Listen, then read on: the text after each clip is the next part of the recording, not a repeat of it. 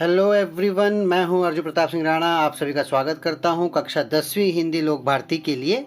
और आज का हमारा पाठ है रीढ़ की हड्डी। असल में एक एकांकी है बच्चों, जो जगदीश चंद्र माथुर जैसे बेहतरीन एकांकीकार ने न्याय किया है इस एकांकी के साथ, और जो संदेश देना चाहते हैं उसमें पूरी तरह से वो सफल हुए हैं। स्वाध्याय वीडियो के लिए हम सब जानते हैं बच्चों कि जिस तरह से आप स्वाध्याय वीडियो का इंतजार करते हैं, क्योंकि उसमें प्रश्न और प्रश्नों के उत्तर भी दिए जाते हैं। लेकिन मैं उम्मीद करता हूं कि इन स्वाध्याय वीडियो के प्रश्न उत्तरों को आप अपनी उत्तर पुस्तिका में लिखते होंगे, अच्छे तरीके से जांचते होंगे और समझते होंगे कि किस तरह से उत्तर लिखे जाने चाहिए। लेकिन इन वीडियो को देखने के बाद आप खुद से भी प्रयास कीजिए कि आप उन उत्तरों को अच्छे से लिख सकें, ताकि आपको परीक्षा में किसी तरह की परेशानी ना आए। ठीक है बच्चों, वैसे प्रक्रिया के बारे में बता चुका हूँ, बड़ा साधारण है। आपके सामने गद्य खंड दे दिया जाता है, पद्य खंड दे दिया जाता है, यानी पैराग्राफ दे दिए जाते हैं। उससे संबंधित प्रश्न पूछे जाते हैं। आपको पैराग्राफ को या पाठ को अच्छी तरह से समझना होता है और तभी आप प्रश्नों के उत्तर दे पाते हैं। ठीक है, हम आगे बढ़ते हैं। अब यहाँ पे पहला प्रश्न है, सूचना के अनुसार कृतियाँ कीजिए। अब यहाँ पे आकृति पूर्ण कीजिए। आकृति दी गई है, एक बार फिर बता दूँ, आकृति में उत्तर पूछा है तो आकृति में ही उत्तर देना है आपको। पेंसिल का इस्तेमाल आप कर सकते हैं, लेकिन बोर्ड परीक्षा में लिख कर आता है कि आप पेन से ही आकृति बनाइए, तो पेन का इस्तेमाल कीजिए, कोई प्रॉब्लम नहीं है, मार्क्स नहीं करते। अब यहाँ पे हमको बताना है रिश्ते, क्योंकि एकांकी हैं, कई सारे पात्र इसमें आते हैं, तो हमको उनके आपस के रिश्ते बताने हैं। अब जैसे पहला पिता पुत्री का जो रिश्ता है, तो पिता पुत्री का रिश्ता किसके बीच है? तो हम जानते हैं कि रामस्वरूप पिता है और उमा उनकी पुत्री, तो ये इस तरह से बॉक्स के अंदर हम लिखेंगे। उसके बाद अगला रिश्ता पूछा गया पति पत्नी। तो रामस्वरूप अगर पिता है तो उनकी पत्नी का भी नाम होगा, तो रामस्वरूप पिता यानी पति है और उनकी पत्नी का नाम प्रेमा। फिर अगले प्रश्न में नौकर और मालिक। तो जाहिर सी बात है, पहले नौकर पूछा। देखिए प्रश्न क्या है, पहले नौकर है तो नौकर रतन होता है और उनके मालिक रामस्वरूप, क्योंकि इन्हीं की इर्द गिर्द कहानी बुनी जाती है। और इस पुत्री के रिश्ते के लिए, उमा के रिश्ते के लिए जो लड़का आता है, तो उनके बारे में पूछा गया है कि वो पिता पुत्र कौन है। तो वो पिता पुत्र जो है वो है गोपाल प्रसाद और शंकर। देखिए पैराग्राफ है, पैराग्राफ में पात्र दिए गए हैं और आपको आसानी से लिखना है। 2 अंकों का प्रश्न हो सकता है, कितने आसानी से बिना रट्टा मारे याद किए आप उत्तर दे सकते हैं। इसके बाद हम आगे बढ़ते हैं। व्यावसायिक शिक्षा के नाम, मतलब पैराग्राफ में व्यावसायिक शिक्षा एक सामान्य शिक्षा होती है और एक टेक्निकल व्यावसायिक शिक्षा होती है, जिसमें हम व्यवसाय संबंधित बात करते हैं। तो इसमें कौन से 2 व्यावसायिक शिक्षा के नाम आए हैं? तो एक तो होती है वकील, गोपाल प्रसाद आप जानते हैं वकील होते हैं, और दूसरे उनके बेटे के बारे में आती है बात कि वो मेडिकल की शिक्षा ले रहा है, यानी डॉक्टर की शिक्षा ले रहा है। तो ये प्रोफेशनल एजुकेशन है बच्चों, इसलिए व्यावसायिक शिक्षा इन्हें कहा जाता है। उसके बाद है शास्त्रीय संगीत में प्रयुक्त वाद्यों के नाम, मतलब आपको वो उन वाद्यों के नाम बताना है, मर्जी से नहीं बताना है कि क्या शास्त्रीय संगीत में इस्तेमाल किए जाते हैं। पैराग्राफ में, पाठ में, एकांकी में कौन से आए थे? तो आप जानते हैं कि लड़की उमा जो है वो हारमोनियम बजाती है और सितार बजाती है, इसका प्रदर्शन करने के लिए उसको कहा जाता है, बड़ा बुरा महसूस करती है। आता है, ये उसकी खूबी है, लेकिन अपनी मर्जी से नहीं बजाना है। जब लड़के वाले आएंगे तो उनके सामने उनको दिखाने के लिए बजाना है, तो ये बात बुरी लग जाती है, अच्छी भी नहीं है। ब्याह के लिए आए हैं, बात समानता की होनी चाहिए, बात प्रदर्शन की नहीं होनी चाहिए, जैसे किसी वस्तु को हम देखते जांचते हैं, और ये बात उमा अंत में कहती भी है। इसके बाद है अगला, गोपाल प्रसाद की दृष्टि में बहू ऐसी हो। अब गोपाल प्रसाद तो बहुत सारी अपेक्षा लेकर आते हैं, और वो अपेक्षा भी कुछ ऐसी है कि पहली तो है कि वो पढ़ी लिखी नहीं होनी चाहिए, उन्हें पढ़ी लिखी लड़की नहीं चाहिए। क्यों? पढ़ी लिखी लड़की जो है वो बात करेगी ना, तर्क वाले बात करेगी, जो उल्टे सीधे काम वो कर रहे होंगे तो उसके बारे में, उसके संबंध में सवाल पूछेगी तो बुरा लग सकता है ना। यानी आपको किसी भी तरह से बेटी बहू को महत्व नहीं देना है, पढ़ाना नहीं है, लेकिन ये क्वालिटी होनी चाहिए उनके अंदर, ताकि ब्याह किया जा सके। और वो क्या क्वालिटी क्या है? पहले तो वो खूबसूरत हो, आप उसके गुण ना देखें, यानी जो अंदर का व्यवहार है, जो उसकी शालीनता है, जो उनकी खासियत है, गुण है, टैलेंट है, प्रतिभा है, वो नहीं चाहिए, खूबसूरती चाहिए। और फिर अगर प्रतिभा है तो क्या? सिलाई पुराई, घरेलू काम जानती हो, अधिक पढ़ी लिखी ना हो, चलो थोड़ी पढ़ी लिखी मानते हैं, अधिक पढ़ी यानी 10वीं तक मैट्रिक पास हो, मैट्रिक पास का अर्थ है 10वीं, और चश्मा ना पहनती हो। मतलब चश्मा पहनना क्या ये हम जानबूझकर पहनते हैं? ये हमारा शौक होता है? ये तो मजबूरी होती है ना। ठंडे इलाकों में आप जाते हो तो स्वेटर पहनते हो क्योंकि आपको ठंडी लगती है, गर्म इलाकों में जाते हो तो आप हल्के कपड़े पहनते हो ताकि गर्मी महसूस ना हो। ये इस तरीके का आचरण व्यवस्था परिस्थिति के अनुसार होता है। लेकिन आप जो है कहते हैं कि आंखें खराब हुई है तो भी चश्मा ना पहनो, यानी चश्मा पहनने वाली लड़की नहीं चाहिए। तो इस तरह की बातें जो हैं अजीब हैं, न जाने ऐसे घर में रिश्ते के लिए रामस्वरूप तैयार भी कैसे होते हैं।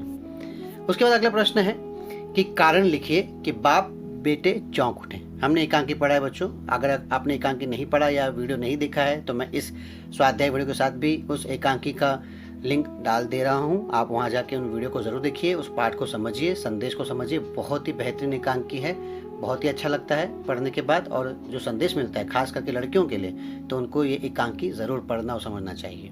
तब बाप बेटे चौंक उठते हैं। क्यों चौंक उठते हैं? पहले तो उनको पढ़ी लिखी लड़की नहीं चाहिए, और ऐसी लड़की नहीं चाहिए जो चश्मा पहनती हो। और जैसे ही वो देखते हैं, जैसे ही उमा कमरे में आती है उनसे मिलने के लिए, तो उसके चेहरे पर चश्मा देखकर बाप बेटे चौंक उठते हैं। तो कारण उत्तर लिखेंगे, बाप बेटे चौंक उठे क्योंकि उन्होंने उमा के चेहरे पर सुनहरी रिम वाला चश्मा देखा। तो उनको अंदाज़ा हो गया कि कहीं लड़की पढ़ी लिखी तो नहीं, बहुत पढ़ती लिखती तो नहीं है, या इसकी आंखें तो खराब नहीं है, वगैरह वगैरह। यानी लड़का चश्मा पहने चलेगा, लड़की नहीं पहननी चाहिए, खूबसूरत लगनी चाहिए। यहाँ पे पूछा उमा को चश्मा लगा। उमा को चश्मा लगने का कारण पूछा गया है। तो उसके पिता, देखो असली कारण क्या हो सकता है कि वो पढ़ाई करती होगी ज़्यादा, इसलिए चश्मा लग गया होगा, लेकिन उसके पिता इस बात को छुपाते हैं। तो उसके पिता के अनुसार उसको चश्मा क्यों लगा? क्योंकि पिछले महीने उमा की आंखें दुखने लगी थी, इसलिए चश्मा लगा। ये रीज़न वहाँ दिया गया है पाठ में, तो हम अपनी मर्जी से नहीं लिख सकते हैं, जो पाठ में है वही आपको लिखना है। फिर पूछा रामस्वरूप ने हारमोनियम उठाकर लाने को कहा। रामस्वरूप कब बोलता है हारमोनियम लाने के लिए? जब गोपाल प्रसाद और शंकर आते हैं। तो वो गोपाल प्रसाद और शंकर को दिखाना चाहते हैं कि उनकी लड़की हारमोनियम कितना अच्छा बजाती है या हारमोनियम बजाना जानती है, ये कारण है। फिर अगला है उमा को गुस्सा आया। किसी को भी गुस्सा आएगा, उमा को गुस्सा क्यों आया? वो एक वस्तु की तरह उसे नाप तौल कर रहे थे, यानी इतने सारे सवाल पूछ रहे थे, कभी चश्मा, कभी गाना बजाना, कभी पेंटिंग, कभी सिलाई। तो उससे संबंधित बातें यहाँ पे लिखी है कि गोपाल प्रसाद उमा के चश्मे, उसे गाने बजाने, पेंटिंग, सिलाई और पढ़ाई के बारे में एक के बाद एक प्रश्न करते जा रहे थे, इसलिए उमा को गुस्सा आया। ठीक है बच्चों। अगला है सूचना अनुसार लिखिए। सूचना अनुसार यानी जो सूचना, जो बात कही गई है उसको आपको लिखना है। जैसे कृदंत बनाइए। बच्चों मैं आपको बता चुका हूँ कृदंत। ये कृदंत क्या होता है?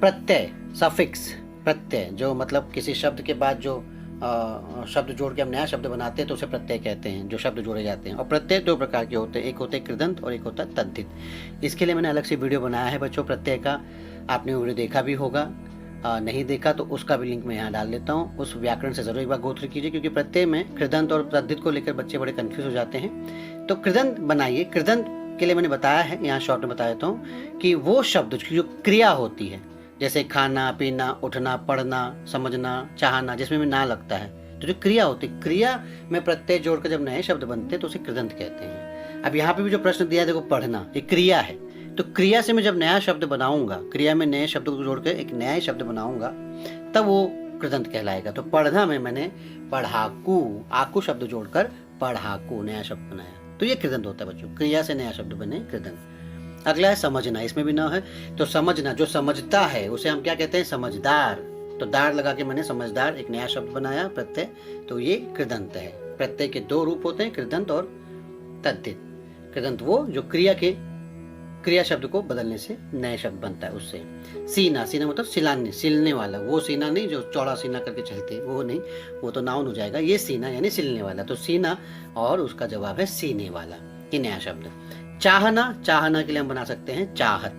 तो इस तरह से कृदंत ये आपका नया शब्द बनता है। उसके बाद अगले तरफ आते हैं स्वमत। स्वमत बच्चों आप जानते हैं, पैराग्राफ आपके सामने दिया जाता है, 2 नंबर का स्वमत आता है, उसे आपको लिखना होता है।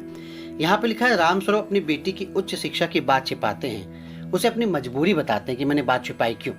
इस विषय पे अपने विचार लिखिए। जब ये पाठ हम पढ़ रहे थे, एकांकी हम पढ़ रहे थे, उसी वक्त मैंने आपको बताया था कि ये एकांकी आज़ादी के समय लिखी गई, उस दौर का नाटक है, एकांकी है। उस दौर में यानी उस समय जब सभी लोग शिक्षा को महत्व नहीं देते थे, खास करके लड़कियों को शिक्षा देना आवश्यक नहीं समझते थे। लोगों की नज़रों में बहू की उच्च शिक्षा घरेलू जीवन में जो है व्यवधान यानी मुसीबत या परेशानी पैदा करती है, व्यवधान लाती, रुकावट लाती है। इसलिए जहाँ कहीं भी वो विवाह संबंध की बात करते थे तो बेटी की उच्च शिक्षा बाधा बन जाती थी।